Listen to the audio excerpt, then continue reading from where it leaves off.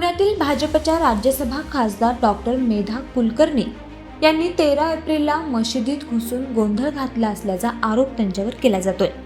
पुण्याच्या छोटा शेख सल्लाहुद्दीन दर्ग्याच्या मशिदीतला त्यांचा एक व्हिडिओही समोर आलाय। नॅशनल कॉन्फरन्स फॉर मायनॉरिटीचे अध्यक्ष राहुल डंबाळे यांनी हे सीसीटीव्ही फुटेज समोर आणले। दरम्यान मेधा कुलकर्णींना अटक करा अशी मागणी नॅशनल कॉन्फरन्स फॉर मायनॉरिटीकडून करण्यात आली आहे। त्याचं झालं असं की हनुमान जयंतीच्या दिवशी रात्री 8:15च्या सुमारास पुण्येश्वर मंदिरातील कार्यक्रमासाठी खासदार डॉक्टर मेधा कुलकर्णी आल्या होत्या। यावेळी जवळच असलेल्या ऐतिहासिक छोटा शेख सल्लाहुद्दीन दर्ग्यात नमाजासाठी दिली जाणारी अजान रोखण्यात आली। इतकंच नाही तर खासदार कुलकर्णी थेट दर्ग्यातील मशिदीत घुसल्या आणि तिथं गोंधळ घालण्याचा प्रयत्न केला।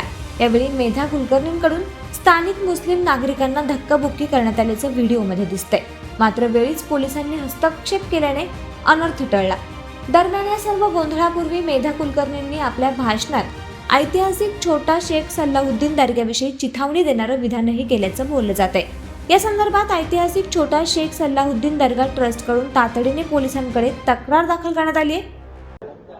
पुण्यामधील ऐतिहासिक असलेल्या शेख सल्लाहुद्दीन दर्ग्याच्या संदर्भामध्ये आक्षेपार्ह व चिथावणीखोर वक्तव्य केल्याप्रकरणी तसेच आजानचा आवाज बंद करण्यासाठीच्या नावाखाली दर्ग्यामध्ये घुसून गोंधळ आणि दंगल सदृश्य परिस्थिती निर्माण केल्याप्रकरणी राज्यसभा सदस्य असलेल्या मेधा कुलकर्णी यांच्यावर पुणे पोलिसांनी गुन्हा दाखल करून त्यांच्यावर अटकेची कारवाई करावी अशी मागणी आज नॅशनल कॉन्फरन्स फॉर मायनॉरिटीच्या वतीने राज्य सरकारकडे करण्यात येत आहे।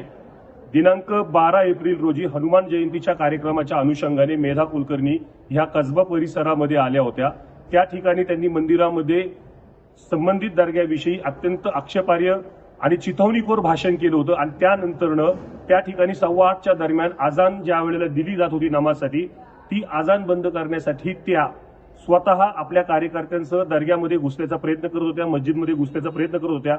त्यावेळेला त्यांनी त्या ठिकाणच्या मुस्लिम बांधवांना धक्काबुक्की केल्याचा देखील व्हिडिओ समोर आलेला आहे। परंतु वेळीच पोलिसांनी हस्तक्षेप केल्यामुळे कोणतीही मोठी दुर्घटना घडली नाही। राज्य सरकारनं अशा प्रकारच्या लोकप्रतिनिधींवर कठोर कारवाई करावी। महाराष्ट्र सरकारला धार्मिक ध्रुवीकरणाच्या अनुषंगाने सर्वोच्च न्यायालयाने वेळोवेळी फटकार लावलेली आहे। पोलिसांनी अशा प्रकरणामध्ये स्वतःहून गुन्हा दाखल करावा अशी देखील सूचना वेळोवेळी दिलेल्या आहेत। तरी सुद्धा या संदर्भामध्ये तातडीनं कारवाई होणं आवश्यक आहे।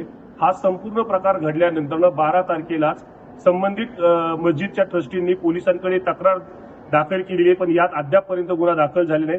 त्यामुळे यात तातडीनं कारवाई व्हावी अशी अपेक्षा आम्ही करतो।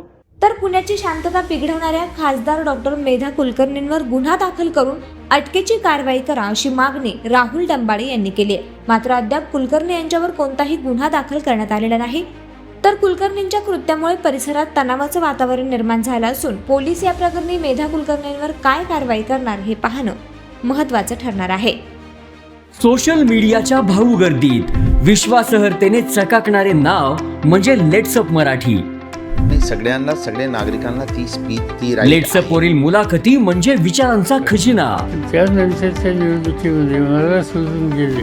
बातम्या केवळ वस्तुस्थिती सांगणाऱ्या, न प्रोपगंडा, फक्त जनतेचा अजेंडा। क्योंकि आने वाला कल जाने वाला है, जाने वाला कल आने वाला है। राजकारण, मनोरंजन असो की क्रीडा क्षेत्र, महाराष्ट्राची स्पंदने संवेदनशीलतेने टिपणारे माध्यम म्हणजे लेट्सअप मराठी। जगासोबत एक पाऊल पुढे राहण्यासाठी लेट्सअपचे ॲप, सोशल मीडिया आणि वेबसाईट सोबत कनेक्टेड रहा।